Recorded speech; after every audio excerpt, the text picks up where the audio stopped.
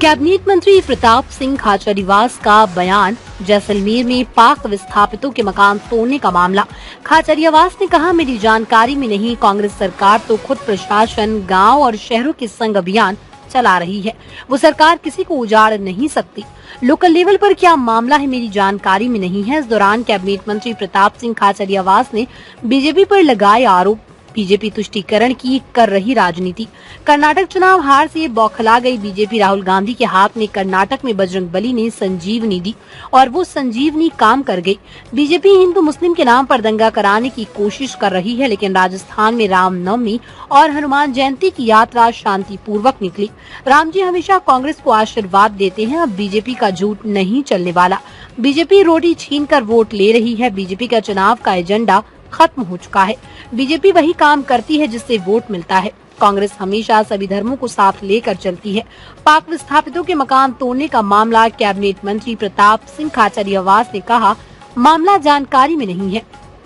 अगर ऐसा हुआ है तो मैं मुख्यमंत्री से बात करूंगा।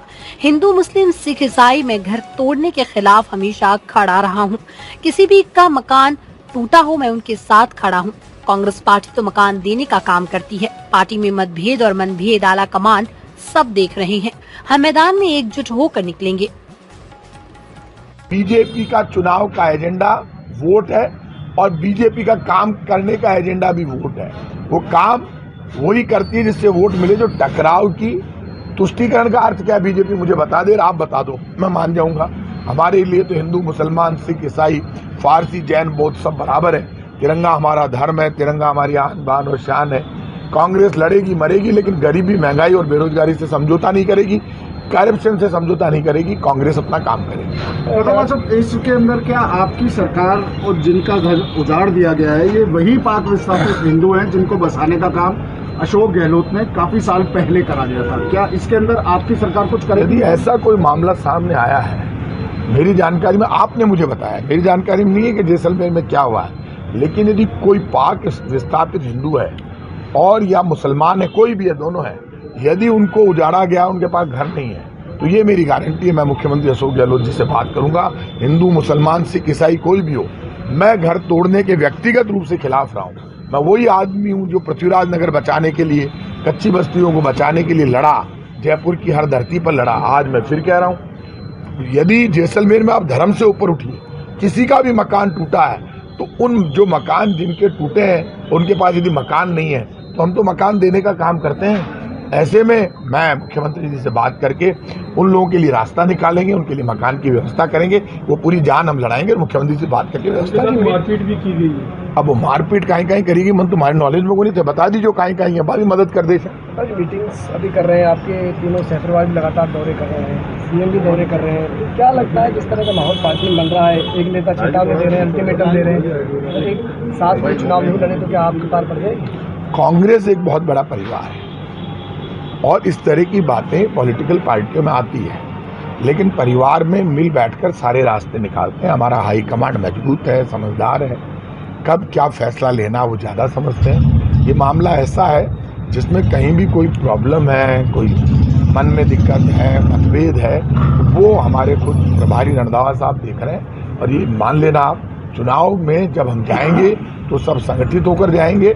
हमारा काम बोल रहा है, काम के आधार पर कांग्रेस राजस्थान में एक बार फिर, मेरी जानकारी में नहीं है जैसलमेर में क्या हुआ, क्योंकि जो सरकार खुद, इस बात को आप अच्छी तरह से जानती है कि इस वक्त प्रशासन शहरों के संग और गाँव के संग अभियान चला रही है, वो सरकार किसी को उजाड़ती नहीं है। अब लोकल लेवल पे क्या मामला है मेरी जानकारी में नहीं, मेरी जानकारी में होगा तो मैं जरूर बताऊंगा। भारतीय जनता पार्टी के साथ दिक्कत एक हो गई, बीजेपी कर्नाटक हार गई, अब परेशान है, महंगाई गरीबी बेरोजगारी मुद्दा बन गया। पूरे देश में जब बजरंगबली का नाम लेकर उतरे और तुष्टीकरण का आरोप कर्नाटक में लगाया तो बजरंगबली संजीवनी लेकर आए, कांग्रेस के हाथ में दे दी, और राहुल गांधी का हाथ में जो बजरंगबली ने संजीवनी दी, उस संजीवनी ने काम कर दिया, कर्नाटक कांग्रेस जीत गई। अब बीजेपी जो मुद्दा ला रही है कि हिंदू मुसलमान के नाम पर हम दंगे करवा दें राजस्थान में, होगा नहीं, क्योंकि रामनवमी के जुलूस आसानी से निकल गए, हनुमान जयंती पे निकल गए। रामनवमी के जुलूस को लेकर बीजेपी ने दंगा प्लान किया था, बीजेपी के कार्यकर्ताओं ने मना कर दिया कि हम दंगा नहीं करेंगे, क्योंकि केस हमारे ऊपर लगते हैं, बीजेपी के नेताओं पर तो लगते नहीं है। इसलिए ना तो दंगा चलेगा, ना बीजेपी का झूठ चलेगा, ना बीजेपी भूख और गरीबी के मुकाबले जब बजरंग बली और भगवान का राम का नाम लेकर आती है तो राम जी कांग्रेस को आशीर्वाद दे देते हैं। अब बदल गया जमाना। राम जी जान गए कि बीजेपी के लोग झूठे हैं और बदमाशी करते हैं, झूठ बोलकर माहौल बिगाड़कर दंगा फसाद करके रोटी छीनकर वोट लेना चाहते हैं। जो रोटी छीनकर वोट लेने की कोशिश करेंगे उनको वोट नहीं मिलेंगे। अब कहीं लोकल लेवल पे क्या बस्ती है, क्या मामला, मुझे पता ही नहीं है। बीजेपी इसको भी इश्यू बनाती है तो बीजेपी इसको इश्यू बनाए ना। चुनाव से पहले बीजेपी ने कहा था अब और नहीं पेट्रोल डीजल की बात, अब की बार बीजेपी सरकार क्या हुआ, अब और नहीं महंगाई की मार, अब की बार बीजेपी सरकार क्या हुआ, नोटबंदी के 50 दिन दे दो बीजेपी के लोगों का क्या हुआ। हालात खराब है, देश जान गया बीजेपी का चुनाव का एजेंडा